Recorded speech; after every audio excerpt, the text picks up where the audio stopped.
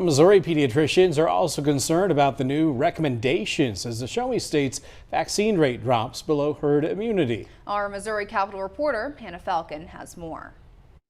Every new parent knows the panic.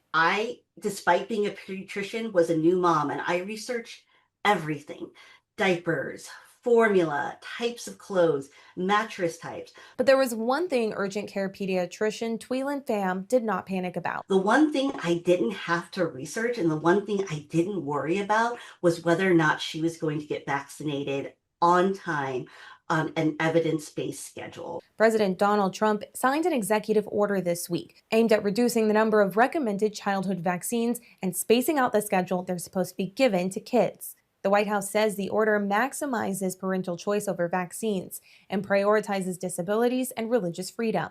Dr. Pham is concerned the order will lead to lower vaccination rates, something Missouri is already struggling with as kindergarten vaccine rates drop below the 90% threshold needed to achieve herd immunity.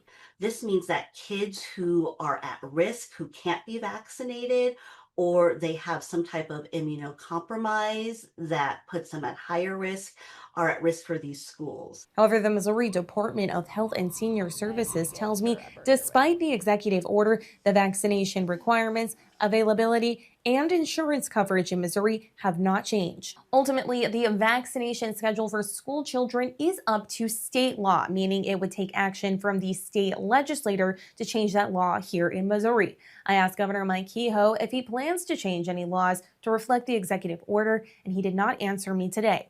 Reporting in Jefferson City, I'm Hannah Falcon.